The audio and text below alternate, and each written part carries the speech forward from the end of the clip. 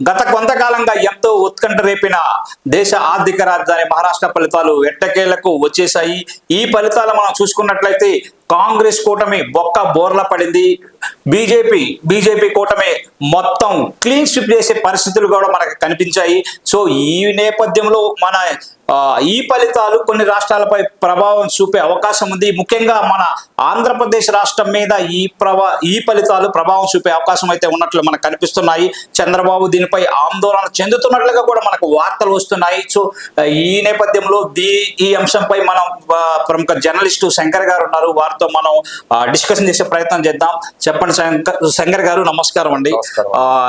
మహారాష్ట్ర ఫలితాలు చూసుంటారు. సో ఈ ఫలితాలు పై మీ అభిప్రాయం ఏంటండి? ఫస్ట్ చూడండి, ఈ ఫలితాలు ఏవైతే ఉన్నాయో ఈ ఫలితాలను మనము పూర్తిగా ఒక జాతీయవాదం ప్రకారం జాతీయ పరంగా చూసుకున్నట్టయితే ఇది ఒక రకంగా మనం ఏమనుకుంటున్నామంటే ఎన్డీఏలో చంద్రబాబు నాయుడు భాగస్వామి కావున, అలాగే ఈ ఫలితాలు ఏవైతే ఆయన పాజిటివ్ గా తీసుకుంటాడనేసి, ఆయన ఖచ్చితంగా దీనిపైన సంతోషంగా ఉంటాడనేసి, ఎందుకంటే దేశవ్యాప్తంగా బీజేపీ బలపడితే తాను కూడా బలపడతానని అనుకుంటున్నారు. కానీ చాలా మంది భావిస్తుండొచ్చు, కానీ ఇది పూర్తిగా అవాస్తవం అని చెప్పవచ్చు. ఎందుకంటే ఇక్కడ మీరు ఒకటి పర్టికులర్ గా చూడాల్సింది ఉంది. ఎందుకంటే మహారాష్ట్రలో బీజేపీ గెలిచిన విధానం ఏదైతే ఉందో అది ఒక రకంగా చెప్పాలంటే ప్రాంతీయ పార్టీలకు అది ఒక మరణ శాసనం అని చెప్పవచ్చు. అది ఖచ్చితంగా మరణ శాసనమే. ఎందుకంటే మనం ఇక్కడ చూడొచ్చు, శివసేన ఏదైతే ఉందో ఆ శివసేన పార్టీని రెండుగా చీల్చింది బీజేపీ. రెండుగా చీల్చి ఒకటి ఉద్ధవ్ ఠాక్రే, అసలైన ఉద్ధవ్ ఠాక్రే వారసులనేమో వాళ్ళ పార్టీ గుర్తు కూడా లేకుండా, వాళ్ళ పార్టీ పేరు కూడా పొందకుండా పూర్తిగా వాళ్ళని దూరం చేసింది. ఇక మరోవైపు ఎన్సీపీ శరద్ పవార్ ను బయటికి పంపించేసి వాళ్ళు అసలైన శరద్ పవార్కి ఏమో పార్టీ గుర్తు కూడా లభించలేదు, పేరు కూడా లభించలేదు. అలాంటిది ఈరోజు ఎవరైతే విడిపోయి రెండు ప్రాంతీయ పార్టీని విడగొట్టిన బీజేపీ ఈరోజు అక్కడ పొత్తు పెట్టుకొని ఎవరైతే విడిపోయి వేరు కుంపటి పెట్టుకున్నారో వాళ్ళని గెలిపించి అసలైన తల్లి వేరుని తుంచేసింది. ఇక్కడ పైకి మనకి ఈరోజు శివసేన గెలిచినట్టు, ఏవైతే షిండే వర్గం ఉందో అది గెలిచినట్టు, అజిత్ పవార్ వర్గం ఏదైతే ఉందో గెలిచినట్టు ఈరోజు మనకు కనిపిస్తున్నాయి. కానీ ఇక్కడ చూడొచ్చు, వాళ్ళ తల్లి వేరును పూర్తిగా కట్ చేసేసింది. తల్లి వేరు కట్ చేస్తే పిల్లవేరు అనేది ఎదగదిగా, అది చెట్టుగా వృక్షంగా ఎదుగుతుంది అనుకోవడం అది ఒక భ్రమ మాత్రమే. భవిష్యత్తులో షిండే సేన ఉంటుందా ఉండదా అనేది మనం చెప్పలేము. ఎందుకంటే ఇప్పుడు చూస్తున్నాం బీజేపీ ఏ స్థాయికి చేరిందంటే ప్రస్తుతం వాళ్ళు సొంతంగా మెజారిటీ దాదాపు 145 సీట్లు మెజారిటీ కాదు, దాంట్లో దాదాపు 130 సీట్లు వాళ్ళు గెలిచి ఉన్నారు. ఇప్పుడు 130 సీట్లు, కేవలం 15 సీట్లు మాత్రం వాళ్ళు షార్ట్ ఉంది, కేవలం అధికారం చేజిక్కించుకోవడానికి. సొంతంగా నేను చెప్పేది కూటమి కింద కాదు. ఈరోజు శివసేన పార్టీ ఏదైతే షిండే వర్గం ఉందో వాళ్ళకి ఎక్కువ మొత్తంలో సీట్లు వచ్చి ఉండొచ్చు, దాదాపు వాళ్ళు అనుకున్న దానికన్నా చాలా ఎక్కువే వచ్చి ఉండొచ్చు. కానీ అది వాళ్లకు మరణ శాసనం అనే చెప్పవచ్చు. ఈరోజు ఉద్ధవ్ ఠాక్రే సేన పోయింది, పూర్తిగా 20 సీట్లకే పరిమితం అయిపోయిందని వీళ్ళు సంకలు గుద్దుకుంటుండొచ్చు. కానీ వీళ్ళకి భవిష్యత్తు లేదని చెప్పవచ్చు. ఎందుకంటే ఈ శివసేన ఏదైతే ఉందో వీళ్ళందరూ కూడా భవిష్యత్తులో బీజేపీలోకి వెళ్లేందుకు ఈజీగా ఉంటుంది మార్గం. ఎందుకంటే వాళ్ళందరూ షిండే బలం మీద గెలిచింది కాదు, ఇది కేవలం బీజేపీ తన అంగబలము అర్ధబలము అన్ని రకాలుగా శక్తియుక్తులన్నీ కూడదీసి అక్కడ వాళ్ళు పూర్తిగా మేనేజ్మెంట్ చేసి మైక్రో లెవెల్ నుంచి బూత్ స్థాయి నుంచి మేనేజ్మెంట్ చేస్తూ వాళ్ళు ఎలాగైనా సరే పార్లమెంట్ ఎన్నికల్లో వాళ్ళకి ఎదురు దెబ్బ తగిలింది. ఎక్కడైతే మహారాష్ట్రలో వాళ్ళకి దాదాపు 45 సీట్లు ఉన్నటువంటి మహారాష్ట్రలో, అందులో ఇండియా కూటమి ఏదైతే కాంగ్రెస్ కూటమి ఉందో దాదాపు 30 సీట్లు గెలుచుకుంది. 30 సీట్లు గెలుచుకున్న తర్వాత ఆ ఎన్నికలు జరిగి కేవలం 6 నెలలు మాత్రమే గడుచుతుంది. ఆ లెక్కన వాళ్ళు 30 ఎంపీ సీట్లని వాళ్ళు ఇండియా కూటమి అసెంబ్లీ సీట్లుగా మార్చుకొని చూస్తే దాదాపు 150 సీట్లు. అంటే వాళ్ళు సులభంగా ఈ రోజు వాళ్ళ అధికారంలో ఉండాలి. కానీ ఎక్కడ తప్పు జరిగింది అనేది మనం ఇక్కడ చూసుకోవాలి. ఎక్కడ తప్పు జరిగింది అనేది ఇండియా కుటుంబాలు విశ్లేషించుకుంటారు. కానీ ఇక్కడ జరుగుతున్న ఒక పరిణామం మనం గమనించినట్లయితే బీజేపీ ప్రాంతీయ పార్టీలను ఒక ప్లాన్ ప్రకారము అంతర్ధానం చేసుకుంటూ ముందుకు వెళ్ళిపోతుంది. మనం గతంలో చూస్తున్నాం, ఏదైతే బీహార్లో జేడీయూ పార్టీ ఉంది, నితీష్ కుమార్కి సంబంధించిన జేడీయూ పార్టీ, వాళ్ళని నెమ్మదిగా వాళ్ళ బలాన్ని లాక్కొని ఈ రోజు నితీష్ కుమార్ అనేవాడు కేవలం ముఖ్యమంత్రి మాత్రమే, కానీ అతని పార్టీకి బలం లేదు. అక్కడ అతనికి ఉన్న సీట్లు కూడా చాలా తక్కువ, కానీ బీజేపీకి సాధిస్తున్న సీట్లు ఎక్కువ. ఇక అలాగే మనం ఇటు చూడొచ్చు, హర్యానాలో ఈసారి బీజేపీ సొంతంగా నిలబడింది, సొంతంగా తెచ్చుకుంది సీట్లన్నీ కూడా. గతంలో వాళ్ళు ఐఎన్ఎల్డి కావచ్చు, ఇతర ప్రాంతీయ పార్టీల నుంచి వాళ్ళు సపోర్ట్ తీసుకొని వాళ్ళు నిలబడేవారు. గతంలో జేజేఎం ఏదైతే ఉందో అక్కడ చౌతాలా కుటుంబం నుంచి వచ్చిన వాళ్ళ నుంచి వచ్చిన పార్టీ నుంచి వాళ్ళు తీసుకొని నిలబడ్డారు. కానీ ఇప్పుడు ఆ ప్రాంతీయ పార్టీలన్నీ అంతర్ధానం అయిపోయాయి. కేవలం బీజేపీ తన సొంత బలం మీద గెలిచింది అక్కడ హర్యానాలో ఈసారి. ఇలా మనం బేరీజు వేసుకుంటే ఎవరైతే మిత్రపక్షాలుగా ఉంటున్నారో, శాశ్వత మిత్రపక్షాలు అంటే మనం చూడొచ్చు, ఎన్డీఏ ఫార్మ్ అయింది ఎప్పుడు మనకి 2000 సంవత్సరంలో. అప్పుడు చంద్రబాబు నాయుడు ఎన్డీఏ కన్వీనర్ గా ఉన్నారు. అప్పుడు ఎన్డీఏ వాజ్పేయి ఆధ్వర్యంలో ఫామ్ అయిన ఎన్డీఏ ప్రభుత్వంలో అప్పటి నుంచి కొనసాగుతూ మిత్రపక్షాలుగా వస్తున్నటువంటి ఒక్కొక్క ప్రాంతీయ పార్టీ ఈ రోజు కనుమరుగవుతూ వస్తోంది. ఆ కనుమరుగయ్యే క్రమంలో ఇప్పుడు శివసేన కావచ్చు, ఎన్డీఏ అలాగే ఎన్సీపీ కావచ్చు, ఈ రెండు కూడా అంతర్ధానం అయిపోతున్నాయి. అలా మనం చూసుకున్నట్లయితే అస్సాం చూసుకోవచ్చు. అస్సాంలో కూడా ఇక్కడ అస్సాం గణ పరిషత్ అనేసి ఒక పార్టీ ఉండేది అక్కడ అస్సాంలో. అక్కడ నుంచి ముఖ్యమంత్రి కూడా అయ్యాడు అస్సాం గణ పరిషత్ నుంచి, అక్కడి నుంచి ఒక క్యాండిడేట్. ఆ పార్టీ కూడా ఈ రోజు అంతర్ధానం అయిపోయింది. బీజేపీతో పొత్తు పెట్టుకోవడం వల్ల ఇదంతా వాళ్ళకి జరిగిన ఫలితం. ప్రాంతీయ పార్టీలని ఒక ప్రణాళికాబద్ధంగా వాళ్ళని నెమ్మదిగా డిస్కరేజ్ చేస్తూ వాళ్ళ వనరులన్నింటినీ వాడుకొని వీళ్ళ రాష్ట్రంలో ప్రవేశించి నెమ్మదిగా ఆ శక్తిని వాడుకుంటూ అక్కడ ఉన్నటువంటి ప్రాంతీయ నేతలను తమ పార్టీలోకి జాయిన్ చేసుకొని నెమ్మదిగా బలం పొందుతున్నారు. ఆ ప్రయోగం మనకి తెలంగాణలో స్పష్టంగా కనిపిస్తుంది. బీఆర్ఎస్ పార్టీ నుంచి బలమైన లీడర్లుగా ఉన్నటువంటి వాళ్ళందరినీ కూడా వాళ్ళు బీజేపీలోకి లాక్కుంటారు. ఉదాహరణకు ఈటల రాజేందర్ గారు బీఆర్ఎస్ లో తెలుసు, ఆయన కేసీఆర్ తర్వాత నెంబర్ 2 ఎవరైనా ఉన్నారంటే కల్వకుంట్ల ఫ్యామిలీ కాకుండా బయట వారిలో ఈటల రాజేందరే సెకండ్ అని చెప్పవచ్చు. అతన్ని వెంటనే లాక్కోవడం వల్ల ఈ రోజు ఏం జరిగింది, ఈ రోజు అక్కడ బీఆర్ఎస్ పార్టీ అధికారం కోల్పోయింది. దానికి తోడు బీజేపీ ఈ రోజు 8 ఎంపీ సీట్లతోనే తెలంగాణలో ఒక సెకండ్ ప్లేస్ స్థాయికి చేరింది పార్లమెంట్ ఎన్నికల్లో. భవిష్యత్తులో కూడా వాళ్ళు ముందుకు ఇంకొన్ని ఎక్కువ సీట్లు సాధించే క్రమం ఉంటుంది. ఇక్కడే మనము చంద్రబాబు నాయుడుకి డేంజర్ బెల్స్ అని మాత్రం మనం స్పష్టంగా చెప్పుకోవచ్చు. ఇప్పుడు మీరు చూసుకున్నట్లయితే కాంగ్రెస్ కూటమి పార్లమెంట్ ఎన్నికల్లో భారీ స్థాయిలో దాదాపు 30 సీట్లు ఆ రేంజ్ లో కొట్టిన పార్టీ ఎట్ అ టైం అంత ఘోరమైన వైఫల్యం ఇప్పుడు చెందింది. దీనికి కారణాలు ఏమై ఉంటాయి? ప్రాంతీయ పార్టీలు సపోర్ట్ తీసుకోవడమా, లేక ఇది సింగిల్ గా వెళ్ళలేకపోవడమా? కారణాలు ఏమై ఉంటాయి? చూడండి, మహావికాస్ అఘాడీ ఏదైతే ఉందో మహావికాస్ అఘాడీ వాళ్ళు ఖచ్చితంగా గెలుస్తామని అత్యుత్సాహం కూడా ప్రకటించారు. వాళ్ళ అత్యుత్సాహం వల్ల కూడా ఇది జరిగి ఉండొచ్చు. ఎందుకంటే కాంగ్రెస్ పార్టీ ముందుగా గ్రౌండ్ వర్క్ చేసుకోకుండా ఎక్కువ సీట్లలో ఈసారి పోటీ చేసింది. దాదాపు 100 సీట్లలో వాళ్ళు పోటీ చేశారు. అందులో వాటికి ఎంత బలం ఉంది, వాళ్ళు ఎన్ని గెలవగలము అన్నది వాళ్ళు అంచనా వేసుకోలేకపోయారు. అలాగే ఎన్సీపీ తన బలం కన్నా కూడా ఎక్కువగా అంచనా వేసుకొని ఎక్కువ సీట్లలో పోటీ చేసింది. శివసేన కూడా అదే పరిస్థితి. దాదాపు 98 సీట్లు కాంగ్రెస్ తో సమానంగా వాళ్ళందరూ కూడా ఎక్కువ సీట్లలో అంచనాలకు మించి గెలుస్తామన్న అత్యుత్సాహంతోనే ఇష్టం వచ్చినట్టు సీట్లలో అక్కడ స్థానికంగా బలం ఉందా లేదా అన్నది కూడా చూసుకోకుండా వాళ్ళు ఈ సీట్ల పంపకం ఏదైతే ఉందో అక్కడ సరిగ్గా ఫెయిల్యూర్ అనేది వాళ్ళకి మనకు స్పష్టంగా కనిపిస్తుంది. లేకుంటే మహావికాస్ అఘాడీకి ఇంత ఫెయిల్యూర్ అయితే వస్తుందని అయితే ఎవరు రాజకీయ విశ్లేషకులు ఎవరు కూడా భావించలేదు. ఇక పోల్ మేనేజ్మెంట్ విషయానికి వచ్చినట్లయితే బీజేపీ స్పష్టంగా 6 నెలల ముందు నుంచే ఎక్కడైతే పార్లమెంట్ ఎన్నికల్లో వాళ్ళకు దెబ్బ తగిలిందో ఆ తెల్లారి నుంచే అమిత్ షా ఇక్కడ ఒక ప్రత్యేకమైన వ్యూహంతోనే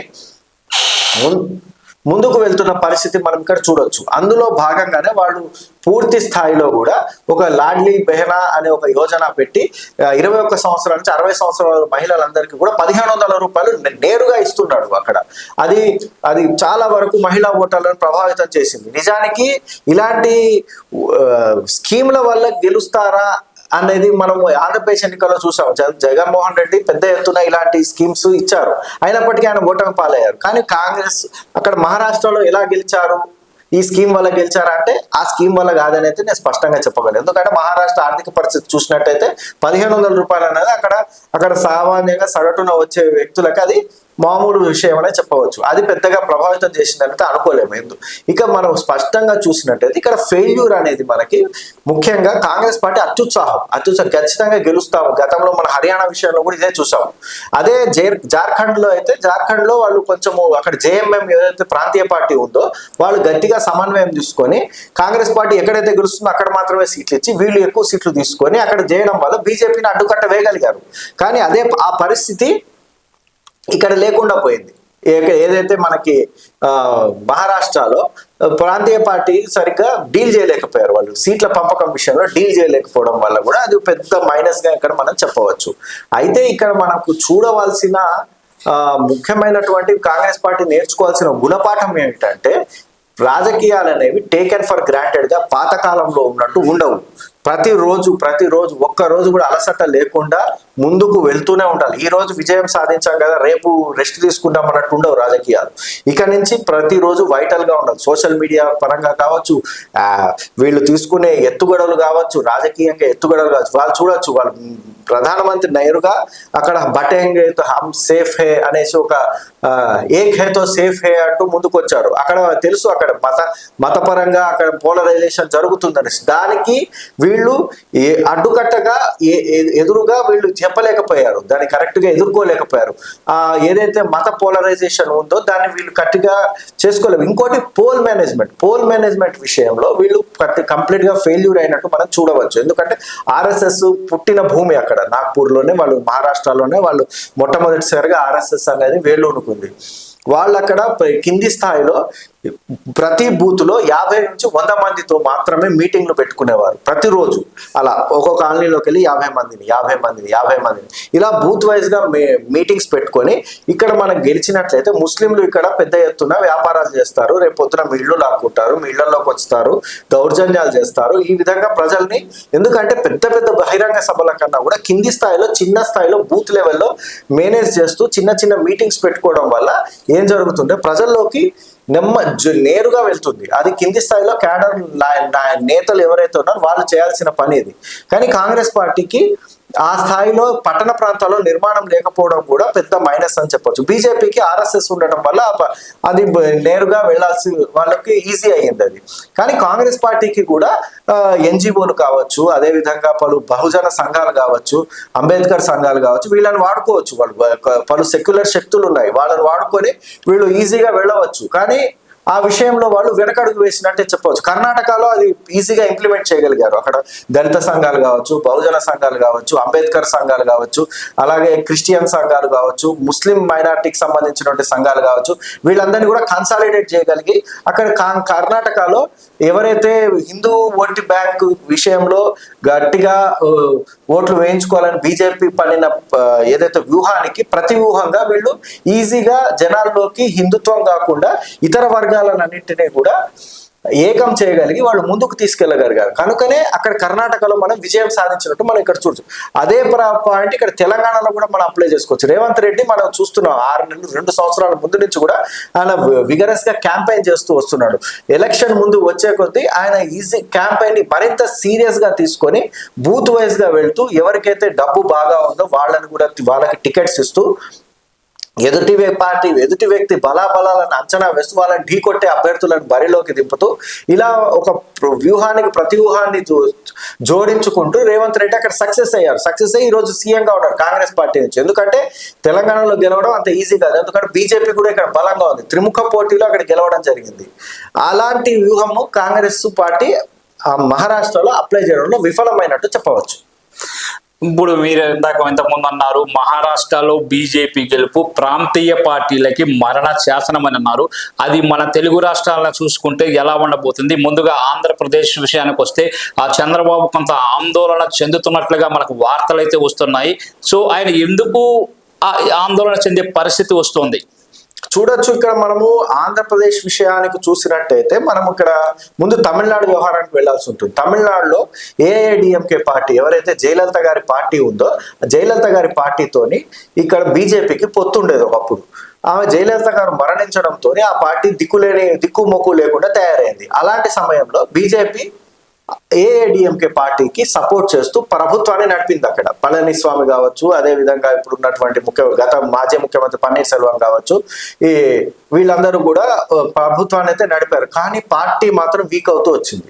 ఏఐడిఎంకే వీక్ అవుతూ ఈ రోజు కనీసం పోటీ ఇవ్వలేని స్థాయికి పడిపోయింది. దీనికి ప్రత్యక్ష కారణం ఏదైనా ఉందంటే అది బీజేపీ అనే చెప్పవచ్చు. బీజేపీతో పొత్తు పెట్టుకోవడం వల్ల వాళ్ళకి పెద్ద ఎత్తున ఎదురు దెబ్బ అయితే తగిలింది ఏఐడిఎంకేకి. ఎక్కడ ఏఐడిఎంకే అనేది ఏ స్థాయి పార్టీ ఈ రోజు ఏ స్థాయికి పడిపోయిందో మనం ప్రత్యక్షంగా కళ్ళారా చూస్తున్నాము. ఒక నాయకత్వ లోపం జరగడం వల్ల అక్కడ మొత్తం ఓట్ షిఫ్ట్ అయితే బీజేపీకి దీనివల్ల లాభం జరగలేదు, కానీ ఏఐడిఎంకేకి మాత్రం నష్టం జరిగింది. తమిళనాడులో ఉన్న పరిస్థితుల వల్ల బీజేపీ అనేది అక్కడ బలం పెంచుకోలేకపోయింది. ఎందుకంటే దాన్ని ఇప్పటికీ వాళ్ళు ఎంత ప్రయత్నం చేసినా దాన్ని ఒక ఉత్తరాది పార్టీగానే చూస్తారు తప్ప దాన్ని దక్షిణాది పార్టీగా దాన్ని వాళ్ళు చూడరు. దానివల్ల అక్కడ బేస్ వాళ్ళు సాధించలేకపోయారు. కానీ ఇక్కడ ఆంధ్రప్రదేశ్ విషయానికి వచ్చినట్టయితే ఇది చంద్రబాబు నాయుడుకి ఖచ్చితంగా ఆందోళన కలిగించే విషయంగానే మనం ఇక్కడ చెప్పుకోవచ్చు. ఎందుకంటే మనం ఇక్కడ గతంలో చూస్తున్నాం ఇలాంటి సంఘటనలు. ఉమ్మడి ఆంధ్రప్రదేశ్లో చంద్రబాబు నాయుడు ఎన్టీ రామారావు మధ్య జరిగినటువంటి సంఘర్షణ మనం పార్టీ రెండుగా చీలడం కావచ్చు, ఆ పరిస్థితిని చూసాం. చంద్రబాబు నాయుడు ఏ విధంగా తప్ప ఒప్ప అనేది పవర్ పాలిటిక్స్ విషయానికి వస్తే మనము పాలిటిక్స్ లో ఏదైనా సరే అవకాశం అనేది ఎవరైనా వాడుకుంటారు. మనకు ఒక అవకాశం వచ్చిందంటే వాడుకోకపోతే అతన్ని మూర్ఖుడు అంటారు. ఆ స్థాయిలో అక్కడ ఆ రోజు పాలిటిక్స్ జరిగాయి. చంద్రబాబు నాయుడు ఎన్టీఆర్ స్థాపించిన టీడీపీని హస్తగతం చేసుకోవడం జరిగింది. ఆయన ముఖ్యమంత్రి కావడం జరిగింది. ఆ తర్వాత మళ్ళీ ఎన్నికల్లో గెలవడం జరిగింది. ప్రస్తుత చరిత్ర మనం చూస్తూ వచ్చాం. కానీ ఎవరైతే పార్టీని పెట్టేది ఎన్టీ రామారావు ఉన్నాడో ఆయన సతీమణి పెట్టినటువంటి ఎన్టీఆర్ టీడీపీ ఎవరైతే ఆమె ఉందో ఈ రోజు ఆ పార్టీ లేదు, అంతర్ధానం అయిపోయింది. అంటే ఇక్కడ మనం చూడవచ్చు, ఒక రెండు ప్రెషర్ గ్రూప్స్ వచ్చినప్పుడు, ఒక పార్టీలో స్ప్లిట్ వచ్చినప్పుడు ఏ వర్గం అయితే బలంగా ఉంటుందో వాళ్ళు మాత్రమే నిలబడతారు. ఇంకో వర్గం అనేది ఆటోమేటిక్ గా అంతర్ధానం అయిపోతుంది, బలహీనమైన వర్గం. అది అన్ని రాష్ట్రాల్లో కానీ టీడీపీలో కూడా జరిగినట్టు మనం చూడవచ్చు. ఇక్కడ మన ఉమ్మడి రాష్ట్రంలో మనం ఇక్కడ గమనించుకోవచ్చు. అదే పరిస్థితి ఇప్పుడు బీజేపీ కనుక ఆంధ్రప్రదేశ్లో పవర్ పాలిటిక్స్ ప్లే చేస్తే చంద్రబాబు నాయుడు పరిస్థితి ఏమవుతుంది అన్నది ఒక సందేహాత్మకమైనటువంటి సందేహాలు అయితే ఇప్పుడు నెమ్మదిగా రాజకీయ విశ్లేషకులు వస్తున్నాయి. చంద్రబాబు నాయుడుకి ముందుగానే తెలుసు, చంద్రబాబు నాయుడు రాజకీయంగా మేధావి, ఆయనకు ముందే తెలుసు మోడీ ఎలా ఆలోచిస్తాడో, ఆర్ఎస్ఎస్ ఎలా ఆలోచిస్తుంది, బీజేపీ ఎలా ఆలోచిస్తుంది, ప్రాంతీయ పార్టీల పట్ల వాళ్ళు ఎంత నిర్దయగా ఉంటారో ఆయన కళ్ళకు కట్టినట్టు ఆయన చూడగలరు, మొత్తం భవిష్యత్తు కూడా ఆయన చూడగలరు. మరి ఇలాంటి సమయంలో ఆయన బీజేపీతోనే భవిష్యత్తులో ఎలా ఉంటాడు ఏంటి అనేది మనం వేచి చూడాల్సి ఉంటుంది. మరి ఇదే పరిస్థితి ఇప్పుడు తెలంగాణలో మీరు అన్నట్టు ఈటెల రాజేందర్ లాంటి ప్రముఖులు లాక్కొని బీఆర్ఎస్ ని భూస్థాపితం చేసే పరిస్థితుల్లో ఆ లాస్ట్ ఎలక్షన్స్ దాదాపు ఆ దరిదాపులకు వచ్చేసింది. సో భవిష్యత్తులో ఎలా ఉండబోతుంది తెలంగాణ పరిస్థితి? తెలంగాణలో మనం స్పష్టంగా చూసాం, వాళ్ళు పార్లమెంట్ ఎన్నికల్లో బీఆర్ఎస్ ని పూర్తిగా సున్నా చేసేశారు. ముందు వాళ్ళకి వచ్చినట్టు 40 సీట్లు దాదాపు 39 సీట్లు వచ్చిన పార్టీకి పార్లమెంట్ ఎన్నికలకు వచ్చేటప్పటికి 0 సీట్లు అయిపోయాయి. అంటే బీజేపీ ఏ రేంజ్ లో టీఆర్ఎస్ ప్రాంతీయ పార్టీ అనే టీఆర్ఎస్ ని ఏ రేంజ్ లో దెబ్బ కొట్టిందో మనం ఇక్కడ చూడవచ్చు. ఇలాంటి పరిస్థితి మనం అటు ఉత్తరప్రదేశ్ లో కూడా చూడవచ్చు. బీఎస్పీ పార్టీ మాయావతి గారు అక్కడ ముఖ్యమంత్రి అయ్యారు. దాదాపు 300 సీట్లతోనే అప్రతిహితమైన విజయం సాధించిన పార్టీ అది. అలాంటి పార్టీ ఈ రోజు 0 సీట్లకు పడిపోయింది. అది బీజేపీకి ఉన్న లక్షణం. వాళ్ళు జాతీయవాదం పేరుతోని ఈ ప్రాంతీయ పార్టీలను ఎట్టి పరిస్థితుల్లోనూ సహించరు. అటు పంజాబ్ లో కూడా చూడవచ్చు, వాళ్ళతో పొత్తు పెట్టుకున్నటువంటి శిరోమణి అకాలీదళ్ పార్టీ ఈ రోజు లేదు, అసలు భూమి మీదనే లేకుండా లేని పరిస్థితి దాపురించింది దానికి. ఈ రోజు అసలు శిరోమణి అకాలీదళ్ అనే పార్టీ లేకుండా అయింది. శివసేన అనేది హిందుత్వం మీద వచ్చినటువంటి పార్టీ. వాళ్ళు ఇద్దరు హిందుత్వవాదులే, కానీ తమ్ముడే పేకాట అనే సామెతకు తగ్గట్టుగా ఈ రోజు శివసేన పార్టీని వాళ్ళు పూర్తి స్థాయిలో నాశనం చేసేసి దాన్ని 2 ముక్కలుగా చేసి ఈ రోజు షిండే పార్టీ ఏదైతే ఉందో అది రేపు పొద్దున ఉంటుందో ఊడిపోతుందో అందరికీ తెలిసిందే. ఎందుకంటే ఆయనకి వచ్చిన సీట్లు ఏమీ లేవు అక్కడ పెద్దగా. బీజేపీతో పోల్చుకుంటే ఆయనకి సగం సీట్లు కూడా రాలేదు. దీన్ని బట్టి మనం చూస్తే రేపటి నాడు షిండేకి పెద్ద పవర్ ఏమీ ఉండదు. ఆ శివసేన పార్టీ అనేది తోలుబొమ్మ లాగా మాత్రమే ఉంటుంది. అది అందరికీ తెలిసిందే. వాళ్ళకి పదవులు ఇచ్చినా ఇవ్వకపోయినా నోరు మూసుకొని కూర్చోవలసిన పరిస్థితి అక్కడ ఉంటుంది. అది దాదాపు బీజేపీలో కలిసిపోయినట్టే. ఇక వాళ్ళు ఊరికే అలా కాగితాల మీద శివసేన అనే పార్టీ ఉంటుంది. భవిష్యత్తులో మనము అలాంటి పరిస్థితి ఆంధ్రప్రదేశ్కు కూడా వస్తుందా అంటే రాజకీయంగా చూస్తే ఛాన్సెస్ అయితే ఉన్నాయి. మనం ఛాన్సెస్ లేవని అయితే కొట్టిపారేయలేము. ఎందుకంటే ఇన్ని ఉదాహరణలు ఉన్నాయి అన్ని రాష్ట్రాలు. కాశ్మీర్ నుంచి మొదలు పెడితే కన్యాకుమారి వరకు, అటు గుజరాత్ నుంచి మొదలు పెడితే అరుణాచల్ ప్రదేశ్ వరకు మనము ఎన్ని ఉదాహరణలు చూసినా కూడా ప్రాంతీయ పార్టీలతో బీజేపీ ఆడుతున్నటువంటి గేమ్ ఇదే కనిపిస్తోంది. ఇక్కడ మనము ఒరిస్సాలో చూడొచ్చు. ఒరిస్సాలో బీజేడీ పార్టీ ఉంది. బీజేడీ పార్టీని దాదాపు అంతర్ధానం చేసేసి ఈరోజు అధికారంలోకి వచ్చేసింది. అక్కడ నవీన్ పట్నాయక్ అప్రతిహతంగా 4-5 సార్లు గెలిచిన అతను ఈ రోజు ఉనికిలో లేకుండా పోయాడు. ఈ రోజు ఆయనను ఒక ప్రణాళిక బద్ధంగా ఆయన దెబ్బతీస్తూ ఈ రోజు దెబ్బ కొట్టేశారు. ఇటు ఆంధ్రప్రదేశ్ లో కూడా చూసాము. ఆంధ్రప్రదేశ్ లో వీళ్ళు వాళ్ళతో జతగట్టి ఎవరైతే చంద్రబాబు నాయుడు జనసేనతో జతగట్టి జగన్మోహన్ రెడ్డిని ఏ రేంజ్ లో దెబ్బ కొట్టారో మనం అందరం చూసాము. ఎక్కడ 151 సీట్లు, ఎక్కడ 11 సీట్లు. 11 సీట్లకు వాళ్ళు కుదించి ఒక ప్రాంతీయ పార్టీని చావు దెబ్బ కొట్టారు. అంటే వాళ్ళు రేపు పొద్దున నిలబడాలన్నా కూడా చాలా టైం పడుతుంది. ఇక్కడి నుంచి జగన్మోహన్ రెడ్డి మళ్ళీ కూడా తీసుకొని క్యాడర్ అంతా కూడా తీసుకొని నెమ్మదిగా మళ్ళీ నెక్స్ట్ ఎలక్షన్ కి వాళ్ళు ముఖ్యంగా మోరల్ గా వాళ్ళు ఏదైతే కార్యకర్తలు కోల్పోయిన బలం ఉందో అది నిలబెట్టుకోవాలంటే చాలా టైం పడుతుంది. పనిలో పనిగా టీడీపీని కూడా దెబ్బ కొడితే ఎలా ఉంటుంది పరిస్థితి అని బీజేపీ ఆలోచించవచ్చు. ఎందుకంటే బీజేపీ ఆలోచన ధోరణి అది. వాళ్ళు దేశవ్యాప్తంగా ఒకే పార్టీ, ఒకే ఎన్నిక, ఒకే నేత, ఒకే భాష, ఒకే సంస్కృతి, ఒకే మతము ఇలా ఉండాలనేసి వాళ్ళది ఒక స్కీమ్. అది ఆర్ఎస్ఎస్ స్కీమ్ కూడా అదే. వాళ్ళకి ఒకే దేశము, ఈ విధంగా అంతా ఒకటే ఉండాలి. వాళ్ళకి భిన్నత్వంలో ఏకత్వం ఇలాంటి వాటి మీద నమ్మకం లేదు వాళ్ళకి. బీజేపీకి మొదటి నుంచి కూడా బీజేపీ అదే సంస్కృతితో వస్తోంది. అది దాన్నే ఫాలో అవుతుంది. వాళ్ళ పద్ధతే అది. వాళ్ళు దాన్ని ఖచ్చితంగా అమలు చేస్తారు. వాళ్ళు మనకి ఈరోజు మిత్రుడుగా మనకి వచ్చి పలకరిస్తుండొచ్చు, కానీ ఖచ్చితంగా వాళ్ళ వీపులో కత్తి మాత్రం ఉంటుంది. ఆ కత్తితో ఎప్పుడు పొడుస్తారు అన్నది మాత్రం ఏమరపాటుతో ఉండకపోతే చంద్రబాబు నాయుడికి ఖచ్చితంగా దెబ్బ తగులుతుంది. అది ఏ రూపంలో తగులుతుంది, పార్టీని ఇప్పటికిప్పుడు చీల్చేస్తారా, అవకాశం వస్తే ఏమైనా చేయొచ్చు వాళ్ళు. అవకాశం అంతే. ఎందుకంటే ఎన్టీ రామారావుకి దాదాపు 250 సీట్లు ఉన్నాయి. అలాంటి ఎన్టీ రామారావే 250 సీట్లు వచ్చిన ఎన్టీ రామారావు రెండుగా ముక్కలైపోయి ఆయన పదవీచ్యుతుడు అయిపోయి ముఖ్యమంత్రి పదవి నుంచి దిగిపోయి చనిపోయేదాకా వచ్చింది ఆయన పరిస్థితి. అలా రాజకీయాల్లో ఎప్పుడు ఏ క్షణాన్ని ఏం జరుగుతుందో ఎవరు ఊహించలేని పరిస్థితి. బీజేపీ అనేది ఎప్పటికీ ఒక రకంగా చెప్పాలంటే ఆపర్చునిటీ కోసం ఎదురు చూస్తూనే ఉంటుంది. వాళ్ళకేమి చంద్రబాబు నాయుడు వాళ్ళకేమి ఏమంటారు, వాళ్ళకేమి శాశ్వత మిత్రుడు కాదు, వాళ్ళకేమో అతనేమి శాశ్వత శత్రువు కూడా కాదు. అదే విధంగా చెప్పినట్టయితే అదే విధంగా పవన్ కళ్యాణ్ విషయంలో కూడా మనం చూడవచ్చు. పవన్ కళ్యాణ్ లో కూడా వాళ్ళు అదే విధమైన వైఖరి అవలంబించే అవకాశం ఉంటుంది. చంద్రబాబు అవకాశం లభిస్తే వాళ్ళు ఆంధ్రప్రదేశ్లో ఉన్నటువంటి ప్రాంతీయ పార్టీలన్నింటినీ కూడా సమూలంగా నాశనం చేసి వాళ్ళు అధికారంలోకి రావడమే వాళ్ళ లక్ష్యంగా ఉంటుంది.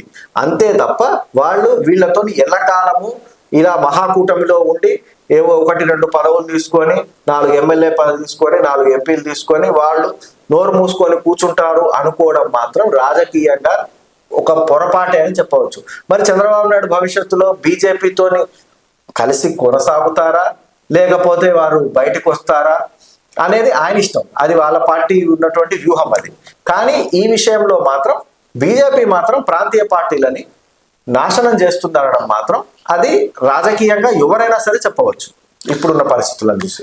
ఇప్పుడు మనం చూసుకున్నట్లయితే బీజేపీ ప్రతి ఎన్నికల్లో ప్రాంతీయ పార్టీలని దాదాపు శ్మశానం చేసుకుంటూ పోతోంది. సో భవిష్యత్తులో ఇదే కొనసాగితే దీనికి నెక్స్ట్ స్టెప్ ఏంటి అంటే కాంగ్రెస్ పుంజుకునే పరిస్థితులు ఏంటి, ఎలా పుంజుకునే ప్లాన్ అయితే ఉండొచ్చు? చూడండి, మనం ఇక్కడ ఒకటి చూడొచ్చు. ఎప్పుడు కూడా మనం ఒక్కళ్ళమే ఉంటాం ఊళ్ళో. ఇప్పుడు ఫర్ ఎగ్జాంపుల్ ఒక ఊరు ఉంది అనుకోండి, ఆ ఊళ్ళో 2 వర్గాలు ఉన్నాయి. ఒక వర్గం అనుకోవచ్చు ఈ వర్గంలో అందరూ వెళ్ళిపోయి అంతా నాశనం అయిపోతే నేను ఊరికి ఒక్కడనే మొనగాడిగా ఉంటాను అని. కానీ అది ఎప్పుడు తప్పు. అది ఎందుకంటే మనకి బైపోలార్ అంటే రెండు ధ్రువాలు ఉంటాయి. మనకి భిన్న ధ్రువాలు అనేవి సమాజంలో ఖచ్చితంగా ఉంటాయి. ఎందుకంటే అందరూ ఒకేలా ఆలోచించలేము. సమాజంలో మనుషులంతా ఒకేలా ఎందుకు ఆలోచిస్తారు, ఆలోచించారు. వాళ్ళకి భిన్న కోణాలు ఉంటాయి. కొంతమందికి ఒక రంగు ఇష్టం ఉంటే ఇంకొక వ్యక్తికి, ఒకరికి తెలుపు ఇష్టం ఉంటే ఇంకొకరికి నలుపు ఇష్టం ఉంటుంది, ఒకరికి మాంసాహారం ఇష్టం ఉంటే ఒకరికి శాకాహారం ఇష్టం ఉంటుంది. ఇలా భిన్న ధ్రువాల మధ్య సంఘర్షణ అనేది సమాజంలో సాధారణము. ఖచ్చితంగా ఉంటుంది. ఎప్పుడైతే మీరు అన్ని శక్తులను తుడిచిపెడితే కొత్త శక్తి అనేది ఉద్భవిస్తుంది. అది ప్రపంచ చరిత్రలో మనం అన్ని చోట్ల చూసి, అన్ని దేశాల్లో కూడా చూసి ఉన్నాము. మనకి గతంలో చూసి ఉండవచ్చు మనం ఎన్నో ఎవరైతే బ్రిటిషర్స్ మన దేశంలో వారు అన్ని సంస్థలను రాజులను అందరినీ ఓడించిన తరువాత వాళ్ళు అనుకున్నారు ఇక మాకు ఎదురు అనేది ఇక ఉండదు, ఇక భారతదేశాన్ని ఎల్లకాలం మేమే ఏళ్తామని అనుకున్నారు. కానీ ప్రజల్లోంచి ఒక చైతన్యం అనేది వచ్చింది, కాంగ్రెస్ పార్టీ అనేది ఆవిర్భవించింది, మహాత్మా గాంధీ దానికి నేతృత్వం వహించారు, సత్యాగ్రహం చేశారు, స్వాతంత్ర పోరాటం అనేది జరిగింది. ఆ స్వాతంత్ర పోరాటంలో క్రమంగా మనకు స్వాతంత్రం కూడా సిద్ధించింది. ఇది మనం చూడొచ్చు. బ్రిటిష్ వాళ్ళు అనుకున్నారు మమ్మల్ని మాకు ఇక ఎదురు లేదని, కానీ వచ్చింది ఎదురు. హిట్లర్ చూడొచ్చు, మన హిట్లర్ అనుకున్నాడు నాకు ఇక ఎదురు లేదనేసి, కానీ రష్యా రూపంలో అతనికి ఎదురు దెబ్బ తగిలింది. ఈ రోజు జర్మనీలో హిట్లర్ అనేది లేకుండా నాజీజం అనేది భూమి మీద అంతరించిపోయింది. ఇలా మాకు ఎదురు లేదు, మేము ఎప్పటికీ మేము అందరినీ అడగదొక్కుని ఒకటేలాగా ఉంటాం అంటే మనకి ఎంత తొక్కి పెట్టినా కానీ అక్కడి నుంచి కనీసం ఒక గడ్డిపోచైనా మొలుస్తుంది. మనం ఎంత 1000 పాదాలు పెట్టి తొక్కినా కానీ ఆ భూమిలో గడ్డిపోచైనా ఒకటి మనకి ఎదురు తిరుగుతుంది ఖచ్చితంగా. ఆ గడ్డిపోచే రేపటి నాడు మహావృక్షమై నీ కాళ్ళను సైతం పక్కకు పెట్టేస్తుంది. నువ్వు గడ్డిపోచను తొక్కగలవు కానీ మహావృక్షాన్ని తొక్కలేవు. ఆ మహావృక్షం నీ నెత్తినే పడుతుంది, అది ఏదో రోజు ప్రమాదం అది. ఆ విధంగా బీజేపీ ఏదైతే ప్రజాస్వామ్యానికి విరుద్ధంగా, ప్రజాస్వామ్య స్ఫూర్తికి విరుద్ధంగా వాళ్ళు ఇలాగే వెళ్తాము, ఇదే విధంగా అంటే వెళ్తుంటాము అనే ఒక ధోరణి నుంచి వాళ్ళు బయటికి రావాల్సి ఉంటుంది. బయటికి రాకపోతే మాత్రం భవిష్యత్తులో వాళ్ళకి ప్రమాదకరం కావచ్చు. ఎందుకంటే ఒక కొత్త శక్తులు వస్తాయి. కొత్త శక్తులు వచ్చినప్పుడు వాళ్ళని మీరు ఏం చేశారు, రేపు నిన్న ఈ రోజు మీకు ఏదైతే గతి పట్టిందో వాళ్ళకి అదే గతి పడుతుంది. మీరు సామెత ఉందిగా, నీవు నేర్పిన విద్య నీరజాక్ష అన్నట్టు నీకు జరిగిందే వాళ్ళకి జరుగుతుంది రేపు పొద్దున. అలాంటి పరిస్థితి తెచ్చుకోకుంటే మంచిదని చెప్తున్నా. ఎందుకంటే కాంగ్రెస్ పార్టీ కూడా గతంలో ఎమర్జెన్సీ పెట్టింది, ఇది ఈ విధంగానే మాకు ఇక ఎదురు లేదని విర్రవీగింది ఇందిరాగాంధీ సమయంలో. కానీ ఏమైంది మనం చూసాము, అన్ని పార్టీలు కలిసి కాంగ్రెస్ పార్టీని ఓడించి అధికారంలోకి చాలా పుట్టిందే బీజేపీ నిజానికి. కానీ బీజేపీ కూడా ఇప్పుడు అదే ధోరణిలో వెళ్తోంది. రేపటి నాడు చెప్పలేము, కాంగ్రెస్ పార్టీకి కూడా అవకాశం రావచ్చు. ఎందుకంటే ప్రజలు ఈ విధంగా ప్రాంతీయ పార్టీలు అన్నింటినీ తుడిచిపెట్టుకుంటూ పోతే అక్కడికి వాళ్ళకి ప్రత్యామ్నాయంగా కాంగ్రెస్ పార్టీ మాత్రమే కనిపిస్తుంది అక్కడ. ఇప్పుడు ఎందుకంటే ఇప్పుడు ఆంధ్రప్రదేశ్ ఉంది, ఆంధ్రప్రదేశ్ లో మీరు ప్రాంతీయ పార్టీలు అన్నింటినీ తొలగించారండి, ఇంకెవరు ఉంటారు? కాంగ్రెస్ పార్టీ మాత్రమే మిగులుతుంది అక్కడ. కాంగ్రెస్ పార్టీకి ప్రజలు ఓటేస్తుండొచ్చు, చెప్పలేము. తెలంగాణ ఉంది, తెలంగాణలో బీఆర్ఎస్ ని నాశనం చేసావు, ఇంకో పార్టీని నాశనం చేసావు, అన్ని చేసావు. కానీ కాంగ్రెస్ పార్టీ అయితే ఉంటుంది కదా. అదే విధంగా తమిళనాడులో కూడా అలాగే చేసావు, ప్రాంతీయ పార్టీలు అన్ని నాశనం చేసావు అనుకుందాం, ఫర్ ఎగ్జాంపుల్ అనుకుందాం. అక్కడ కూడా ఖచ్చితంగా కాంగ్రెస్ పార్టీ మరో జాతీయ పార్టీ అనేది ఉంటుంది. ఈ విధంగా చెక్స్ అండ్ బ్యాలెన్సెస్, బైపోలార్ అంటే ఎవరైతే రెండు భిన్న ధృవాల మధ్య సంఘర్షణ అనేది జరుగుతూ ఉంటుంది. ఆ సంఘర్షణలో ఒక మనస్తత్వం ఉన్న ఒక పార్టీ వైపు పోతే ఇంకో మనస్తత్వం ఇంకో పార్టీ వైపు పోతారు. వాడికి ఇంకో పార్టీ అవకాశం లేకుండా నేను చేస్తాను, అది అసాధ్యం అనే చెప్పవచ్చు. ఎందుకంటే మనం పార్లమెంట్ ఎన్నికల్లోనే చూసాం, 400 సీట్లు వస్తాయనే దగ్గర 240 సీట్లకు వచ్చి వాళ్ళు ఉన్న మెజారిటీ కూడా కోల్పోయి ఈ రోజు చంద్రబాబు నాయుడు, నితీష్ కుమార్, ఇంకో చిన్న చితక పార్టీలన్నింటినీ వెంటేసుకొని ప్రభుత్వాన్ని నడిపిస్తున్న పరిస్థితి అయితే మనం ఇక్కడ చూస్తున్నాం. కానీ భవిష్యత్తులో ఏం జరుగుతుంది అనేది మాత్రం ప్రజాస్వామ్యంలో ఇలాంటి రాజకీయాలు మంచివి కావనే చెప్పవచ్చు. అందరినీ కలుపుకొని ముందుకు వెళ్తేనే మంచిదని చెప్పవచ్చు. అయితే ఆంధ్రప్రదేశ్ విషయంలో మాత్రం ఖచ్చితంగా డేంజర్ బెల్స్ అయితే మోగుతున్నాయని చెప్పవచ్చు. అయితే వాళ్ళు ఎన్డీఏలో ఉండి రాష్ట్రానికి సంబంధించినంత వరకు వీలైనంత వరకు ఆంధ్రప్రదేశ్ రాష్ట్రానికి సంబంధించిన డిమాండ్స్ ఏవైతే ఉన్నాయో అవి త్వరగా పూర్తి చేసుకుంటే మంచిదని అయితే చెప్పవచ్చు. ఎందుకంటే వాళ్ళు పూర్తి చేసుకోకపోతే మాత్రం బీజేపీ పవర్ పాలిటిక్స్ అయితే ప్రయోగించే అవకాశం ఉంటుంది చంద్రబాబు నాయుడు పైన. ఎందుకంటే వాళ్ళు చంద్రబాబును ఒత్తిడి తేవచ్చు, పార్టీలో ఇంకేమైనా తేవచ్చు, కొత్త శక్తులకు వాళ్ళు ఊతం ఇవ్వచ్చు. మనం పేర్లు చెప్పలేము, మనం చెప్పలేము, కానీ వాళ్ళు కొత్త శక్తులకు వాళ్ళు శక్తి ఇచ్చే అవకాశం ఉంటుంది, వాళ్ళని తిరుగుబాటు తెప్పించే అవకాశం. ఎందుకంటే జాతీయ పార్టీతో పోస్తే ప్రాంతీయ పార్టీ చాలా చిన్నది. అలాంటి ప్రాంతీయ పార్టీలని ఎదుర్కోవడం బీజేపీకి వెన్నతో పెట్టిన విద్య. మరి చంద్రబాబు నాయుడు గారు ఎలాంటి డెసిషన్ తీసుకుంటారో వేచి చూడాలి. ఇప్పుడు మీరు చూసుకున్నట్లయితే మీరు అన్నట్లు ప్రాంతీయ పార్టీలకి మరణ శాసనం అంటున్నారు. బట్ లాస్ట్ ఎన్నికల్లో జగన్ భారీ స్థాయిలో, ఎవరు ఊహించిన స్థాయిలో ఓటమి పాలయ్యారు. భవిష్యత్తులో జగన్ ఈ బీజేపీ కూటమిని ఢీ కొట్టాలంటే ఆయన ఏమైనా చేయాల్సిన తక్షణ కర్తవ్యం ఏమైనా ఉందా? ఇప్పుడు చూడండి, జగన్మోహన్ రెడ్డి ఎవరైతే ఉన్నారో, జగన్మోహన్ రెడ్డికి ఆయనకి ఆయన గతంలో ఎన్నికల్లో కూడా ఆయన చెప్పి ఉన్నాడు, నేను సింహం సింగిల్ గా, ఆయన చెప్పలేదు కానీ వాళ్ళ పార్టీ వాళ్ళు చెప్తారు మేము ఎవరితో పొత్తులు పెట్టుకోం, మేము సింహం సింగిల్ గా వస్తుంది, ఇలాంటివి చాలా చెప్పి ఉన్నారు. కానీ మనకి రాజకీయాల్లో చూడొచ్చు, నిజానికి బీజేపీ అనేది ఒక పెద్ద పార్టీ అయినప్పటికీ వాళ్ళకి అవసరమైన దగ్గర ప్రతి పార్టీతో పొత్తు పెట్టుకొని వెళ్తున్నారు. పొత్తు పెట్టుకొని వెళ్ళడమే కాదు, గెలవడము, పొత్తులో గెలిచిన తర్వాత పొత్తు మీ మిత్రుడిని కూడా పూర్తిగా నాశనం చేసేసి ఆ తర్వాత ఆ మిత్రుడిని కూడా మిత్రద్రోహం చేసేసి అతన్ని పూర్తిగా నాశనం చేసి పార్టీలో వాళ్ళు రాష్ట్రంలో అధికారాన్ని చేజిక్కించుకుంటున్నారు. ఇలాంటి పరిస్థితుల్లో మనం రాజకీయంగా ఎత్తుగడలు వేయకుండా వ్యూహాత్మకంగా ముందుకు వెళ్లకుండా మూడో ఫ్రంట్ వస్తుందని, నాలుగో ఫ్రంట్ వస్తుందని, టెంట్ వస్తుందనేసి అలాంటి ప్రయత్నాలు చేయడం వల్ల నష్టమే అని చెప్పవచ్చు. ఇప్పుడున్న పరిస్థితులను బట్టి భవిష్యత్తులో ఎలా ఉంటుందో మనం ఊహించలేం, వచ్చే సంవత్సరం ఎలా ఉంటుంది, ఆ 4 ఏళ్ల తర్వాత ఎలా ఉంటుందో మనం ఊహించలేం. కానీ ఇప్పుడు మాత్రం భారతదేశంలో రాజకీయాల్లో 2 వర్గాల మధ్య మనకి పెద్ద ఎత్తున పోరాటం అయితే నడుస్తుంది. అటు ఎన్డీఏ కావచ్చు, ఇండియా కూటమి కావచ్చు. ఇండియా కూటమి ఎన్డీఏ మధ్య పెద్దగా ఈ 2 సింహాలు తలపడుతున్నప్పుడు మనం మధ్యలో దూరి నేను మరో సింహంగా మారుతానంటే అది అయ్యే పని కాదు. ఎందుకంటే చూడొచ్చు, మనం 540 సీట్లు ఉన్న ఇంత పెద్ద భారతదేశంలో మన రాష్ట్రంలో ఉన్న సీట్లు 25 సీట్లు. ఆ 25లో మనం ఎన్ని గెలుస్తామో మనకే తెలియదు. మనం వెళ్ళి ఎవరితో ఢీ కొంటామో మనకి లేని పరిస్థితి, అది ఊహలకు అందంది. ఎందుకంటే పెద్ద పెద్ద రాష్ట్రాలు ఉన్నాయి, అక్కడ ఉత్తరప్రదేశ్ కావచ్చు, వెస్ట్ బెంగాల్ కావచ్చు, రాజస్థాన్ కావచ్చు, మధ్యప్రదేశ్ కావచ్చు, అక్కడ 40 సీట్లు, 50 సీట్లు, 60 సీట్లు ఆ రేంజ్ లో ఉంటాయి. వాళ్ళే ఈ రోజు ఏదో ఒక కూటమిలో ఉండి వాళ్ళు తలపడుతున్నారు. ఈ రోజు మనం స్పష్టంగా చూడొచ్చు, జార్ఖండ్ ముక్తి మోర్చా ఎవరైతే శిబు సోరెన్ వారి కుమారుడు హేమంత్ సోరెన్ ఉన్నారో ఈ రోజు ఆయన ఇండియా కూటమిలో ఉండబట్టే గెలవడం జరిగింది. లేకుంటే అదొక చిన్న ప్రాంతీయ పార్టీ, వాళ్ళని బీజేపీ తలుచుకుంటే ఈరోజు కబలించి వేసేది. అక్కడ వాళ్ళు ఇండియా కూటమిని వాళ్ళు వాడుకొని, కాంగ్రెస్ పార్టీని కూడా వాళ్ళు వాడుకొని, దాని స్ట్రక్చర్ని పూర్తిగా వాడుకొని ఈరోజు బీజేపీని ఎదుర్కొని అక్కడ అధికారాన్ని 2వ సారి నిలబెట్టుకున్నారు.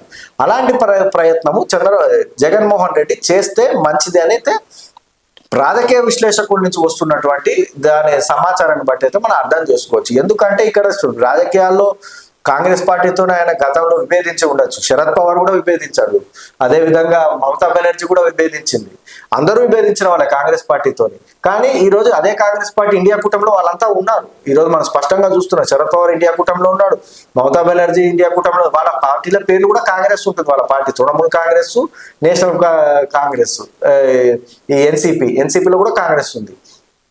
వాళ్ళే కాంప్రమైజ్ అయ్యి ఇండియా కూటమిలో ఉంటారు. ఎందుకంటే మనుగడ ముఖ్యం. మీరు మనుగడలోనే లేనప్పుడు ఎవరితో పోరాటం చేస్తారో అధికారం ఎక్కడి నుంచి తెచ్చుకుంటారు. అందుకని వీళ్ళు భవిష్యత్తులో ఎన్డీఏ కూటమిలోనే వెళ్ళలేరు. ఎందుకంటే అక్కడ ఆల్రెడీ చంద్రబాబు నాయుడు అకామిడేట్ అయి ఉన్నాడు. అందరూ ఒకే కూటమిలో ఉంటే ఇక రాష్ట్రంలో రాజకీయాలు అనేవి శూన్యమైపోతాయి. ఎందుకంటే అందరూ ఎవరు ఆడించిన తోలుబొమ్మ, ఇద్దరు అటు అధికార పక్షము, ప్రతిపక్షము, ఈ చిన్న చితకా పార్టీలు అందరూ బీజేపీ చేతుల్లోనే ఉంటే ఇక రాష్ట్రానికి ఒరిగేదేం లేదు, గుండుసున్నారు. అందుకని ఖచ్చితంగా మీ హక్కుల కోసం కొంచెం పోరాటం, సైద్ధాంతికంగా మీరు సెక్యులర్, ముఖ్యంగా వైఎస్ఆర్సీపీ అనేది సెక్యులర్ పార్టీ, మీకు మైనారిటీ ఓట్లు అనేది కీలకము. అలాంటప్పుడు ఇండియా కూటమిలో ఉండడం వల్ల వాళ్ళకి లాభమే ఉంటుంది తప్ప నష్టం అయితే లేదని చెప్పవచ్చు. ఎందుకంటే ఇక్కడ ఈ రోజు మనం చూస్తున్నాం, రాష్ట్ర విభజన జరిగిపోయి ఇప్పటికి 10 సంవత్సరాలు గడిచిపోయింది. కాంగ్రెస్ పార్టీని ప్రజలు క్షమించారా లేదా అనేది అప్రస్తుతం. కానీ జాతీయ స్థాయిలో మాత్రం ఖచ్చితంగా ఒక పెద్ద జాతీయ పార్టీతోని పొత్తు పెట్టుకోవడం, అదొక కూటమిలో ఉండటం వల్ల లాభమే ఉంటుంది తప్ప నష్టం అయితే ఉండదని అయితే రాజకీయ విశ్లేషకుల నుంచి వస్తున్నటువంటి ఇన్పుట్స్ వల్ల మనం అర్థం చేసుకోవచ్చు. మీరు అన్నట్టు ప్రాంతీయ పార్టీలకు శ్మశానం అంటున్నారు, బట్ జనసేన కూడా ప్రాంతీయ పార్టీ కింద ఉంది. ప్రస్తుతానికి ఎన్డీఏ కూటమిలో ఉంది. ఆ భవిష్యత్తులో పవన్ కళ్యాణ్ పరిస్థితి కూడా ఎలా ఉండబోతుంది అని మనం అంచనా వేయవచ్చు. చూడండి, ఇక్కడ మనము చూడొచ్చు, పవన్ కళ్యాణ్ గారు స్థాపించినటువంటి జనసేన ఏదైతే ఉందో దానికి ఒక స్పష్టమైన సిద్ధాంతం అనేది అయితే మనకి ఎక్కడ స్పష్టంగా కనిపించడం లేదు. ఎందుకంటే టీడీపీకి ఒక సిద్ధాంతం ఉంది. వాళ్ళు ఇప్పటికీ కూడా ఎంత కాదనుకున్నా వాళ్ళు సెక్యులర్, వాళ్ళే ముస్లిం ఓట్లు మాకు వద్దు అని ఎక్కడ వాళ్ళు స్పష్టంగా చెప్పలేదు. మేము సనాతన ధర్మానికి సపోర్ట్గా ఉంటున్నామని వాళ్ళు ఎక్కడా కూడా స్పష్టంగా ప్రకటించిన దాఖలాలు లేవు. వాళ్ళు కూడా అటు ముస్లిం ఓట్లు కావచ్చు, మైనారిటీ ఓట్లు కావచ్చు వాళ్ళు ఆశిస్తారు, అందులో తప్పేమీ లేదు.